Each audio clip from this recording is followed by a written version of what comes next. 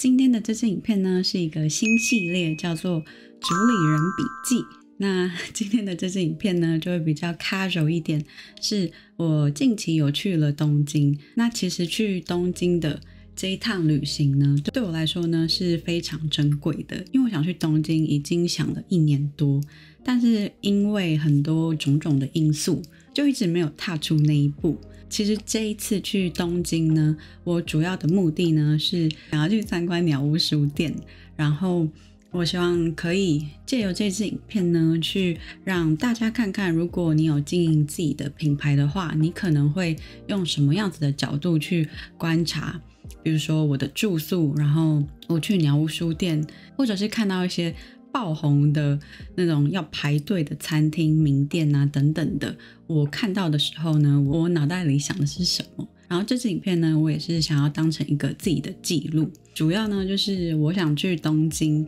是因为我开始经营自己的品牌嘛，然后想要越来越精进自己。并且在这个精进自己的这一趟旅程当中呢，我也是有接触了更多我欣赏的品牌主理人，然后我也阅读了他推荐的书籍，其中我阅读了一本书是《风格是一种商机》。这本书呢，自从我阅读了它之后，我就整个突然我的世界就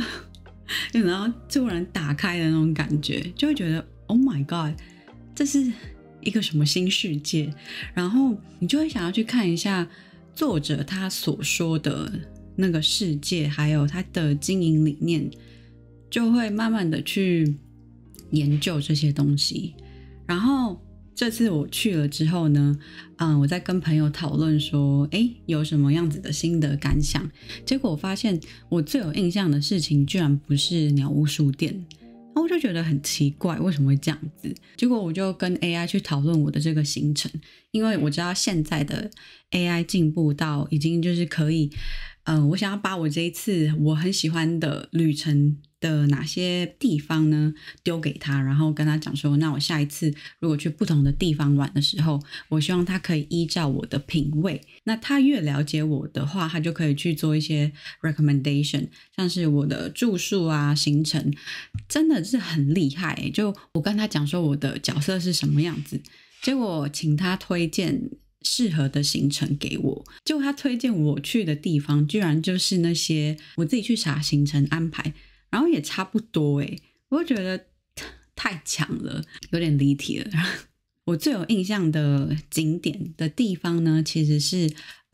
东京车站。然后我就在跟 AI 讨论，反而就是我这一次去的目的是想要看看创办人增田宗昭他企划鸟屋书店的那个地方，他是怎么去企划去安排每一馆的鸟屋书店，有3馆。原来是增田宗昭他非常的厉害，厉害到我进去，然后我就会觉得一切都很自然，你就不会有特别的印象深刻，因为你就会觉得我进去那个地方好像就是我的日常动线等等的。后来我细想就发现，原来这些都是他有 put an effort， 就是有一些巧思让你会觉得说你在那个地方你就是会很无违和，就是这个就是我的日常，看到东西就是这个果然就是我会喜欢的东西之类等等的。然后我最印象深刻的是，我就觉得说鸟屋书店就是卖书的嘛，或是顶多就是会有一些那种文创小物啊，然后钢笔啊、包包等等的，那些是我的认知范围。但是没想到我进去之后呢，发现居然是这个不只是一个阅读的场所，而是它结合了非常多的不同的情境，它是一个灵感的场所，而不只是一个阅读的书店。不知道这样讲大家可不可以理解？就我进去的时候，我就发现我还看到居然有那个他有在展画，也可以看展就是在里面就打破我的那个认知，在里面还看到一些建筑，你会觉得你好像在美术馆，就是非常的神奇。对我来说啦，就它还有 share lounge 嘛，就是在那边你也是一个可以工作的地方，你也可以在那边工作，然后有咖啡厅，也有一个地方就是你可以坐在那边，然后外面的风景是很漂亮的，会觉得天哪，很厉害。它的整个想法是一种 lifestyle。3个馆呢，它的风格也都会在不同的区域，就你逛到那个区域的时候，你可以突然，我觉得就是一个身份角色的切换吧。到那个一个区域就是专门 for kids， 然后到一个区域是专门 for business， 你可以谈一些 business 的地方，然后也可以在那边看阅读杂志，然后放松吃东西，然后又走到某一些地方是你可以看到大家很认真在工作，然后又走着走着就看到好像一个小型的画展。总结一句话，我觉得那个地方那个区域那3馆给我的感觉就是一个灵感的场所。如果我需要一些生活灵感的时候，我可以到那边去，然后是会让你想要去那个地方的，这是我觉得很厉害的地方。我这一次去东京行最印象深刻的地方其实是东京车站。为什么会特别有印象呢？是因为我觉得东京车站它是一个很 classic 经典的一个建筑嘛，因为它已经有很久的历史了，所以整个的建筑本身呢都是非常的有过去的一整个时代感。但是呢，在那个地方，就我这样看着东京车站，然后我又再看了一下旁边，居然是高楼大厦，然后是那种都是那种玻璃的那种高楼大厦。这对我来说，你知道我站在那边，我就觉得形成了一个很大的冲突感，然后就因为这种冲突的感觉，我就会特别的印象深刻，因为就很反差这样。然后我就觉得，反正我在代官山的鸟屋书店，我到那个地方完全就是很没印象，才发现原来这个是厉害之处。像我做 UI UX做设计的，我们主要是在解决问题。如果我设计出来的东西越让你觉得无脑、简单、好用，那这个就是一个好的设计，因为我就已经帮你想好了，到底流程、使用顺序要怎么样子才会是最流畅的，都是经过了迭代，然后只留下重要的东西。住宿的部分呢，其实我没有特别想说我要住在六本木，但是呢，反正那时候在找住宿的时候呢，网站上面这样看下来，然后就透过图片，我就发现了三井花园饭店的这个品牌。我看到了之后，我就觉得我不知道说不上来为什么，我就是喜欢这个品牌。回来之后呢，我又再去做了一些研究，就是深入的 digging， 就发现三井饭店花园它的这个品牌呢是三井不动产有三井花园饭店这个品牌，然后三井不动产他们的理念呢是让您记忆永存的饭店，然后他们的概念是让充满感性的贵宾从头到尾满意的饭店。然后我就觉得 Oh my God， 看到这个理念我就可以瞬间的有一种东西就是 click 起来的那种感觉，就我可以感觉得到我去住宿了之后，这一家饭店是想要让你记忆永存的。不知道大家会不会觉得就是有可能吗，或是少来了之类的，但是我觉得以我自己品牌主理人经营品牌的这个身份呢，我是真的能够感觉得到这一家品牌，就是这个饭店它有在跟我说一些话。光从那个饭店你一进去，它的五感体验就非常的好。我记得一进去呢，每一次饭店就是非常的香，很像你在那种 SPA 的那种感觉，就是香味，眼睛一进去看到就是满足好奇心的艺术和设计。就是他们的这个三井花园饭店内部的装饰，他们的艺术作品呢都是特别的定制，所以其实我去的时候订这一家饭店也是因为它的这个大厅很漂亮，然后这个大厅呢它是跟纺织的设计师去打造的，透过纺织的艺术呢，将六本木那个地方，就是想要六本木呢，大家就会想到说是很时尚，然后是跟艺术相关，还有国际化跟 business 高级商业的地方，还有夜生活。饭店呢，它就是有把这样子的这个六本木融入到饭店的室内空间设计当中。我就觉得哇，我真的很享受这一次在饭店的住宿，尤其是 lobby 我很喜欢。整个饭店呢，它的那个颜色的设计跟东京铁塔很相似，就觉得有非常多的巧思。住在这个饭店呢，虽然不是说我直接房间就看得到东京铁塔，但是呢进出都是可以看到东京铁塔的。然后夜晚的东京铁塔就是橘色粉红色嘛，那这个饭店的 lobby 呢，它也是以这种暖色调的橘色褐色，有把东京融入到他们的室内空间设计这样子。然后我也很想要讲一下饭店的餐厅的部分，在餐厅呢用餐你是可以看得到东京铁塔的，早餐的部分也非常的让我印象深刻，就会觉得说果然就是你是什么样子的人呢，你就会订到什么样的饭店。因为我自己个人也是很注重养生这件事情，就身体是我们的资产，要好好的照顾身体，所以我现在很少吃一些垃圾食物，很注重我吃进去的东西。那这一家饭店呢，它的早餐也都是我看它的 menu， 它的东西它不是自助吧，它是你点一个 set， 然后再去看说你要不要再多加点一些其他的小菜。你的那个 set 我是觉得说以那个健康程度来说就是中等，但是它的小菜非常的让你知道说这一家饭店的客人他们应该注重的就是健康的饮食。他们的沙拉非常的新鲜，然后是那个有综合的，也有羽衣甘蓝，像是有 hummus、鹰嘴豆泥、鸡胸肉，还有新鲜水果。它就不会有一些什么炸薯条这种东西，你就可以看到很多你重视的价值在这个饭店。你们两个就是我重视什么，然后这个饭店也是相对应的，这样子才会吸引到对的顾客，就会很满意。举例来说好了，就是三井花园饭店它是一个集团嘛，就是它不只有在六本木有这个饭店，它其实在东京的话呢，它的饭店有在银座，然后有在日本桥，有在神宫外苑，还有丰州，就是它有不同的地方，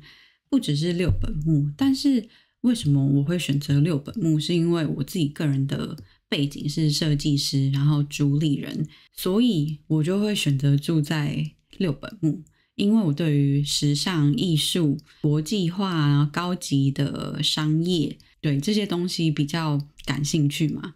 所以我就会选择住在这个地方，就不会选择如果我今天是想要 shopping 的人，他可能就会住在银座那边，又或者是比较注重大自然的人，他可能就会住在神宫外苑那个地方，因为它的整个设计呢都是比较多花花草草的。但是最后选择六本木是因为看得到东京铁塔。然后如果你听到这边，我很想推荐，如果有机会去东京的话，非常推荐大家可以去游乐町的那个地方。它有一条街就是居酒屋，然后都是日本人，就不会有观光客，因为在那个地方它就比较偏向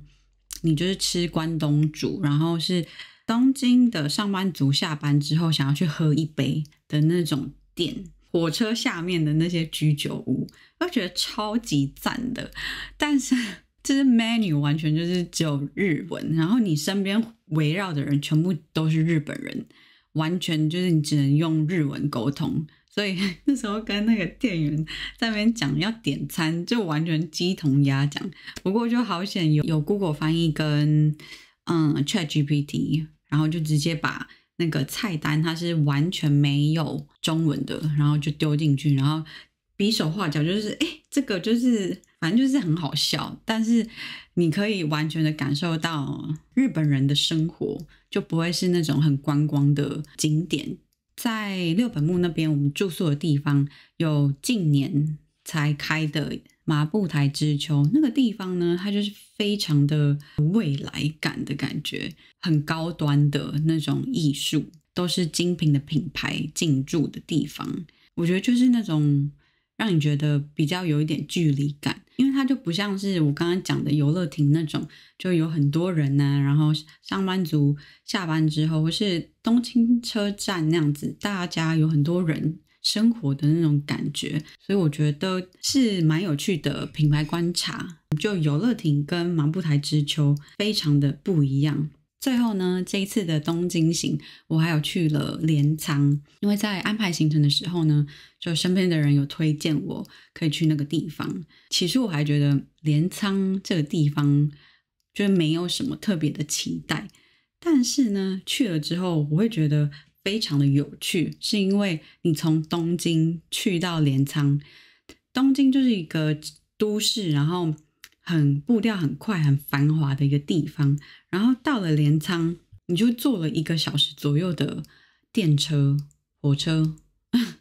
就到了那边之后完全步调就慢下来，非常的大自然，然后你心灵可以很平静。我觉得对一趟旅行来说呢，会是一种很让你的这个旅行很丰富很多元，因为你有体验到繁华快速的东京这种快步调，然后很热闹的这种感觉，然后镰仓的话呢就比较偏向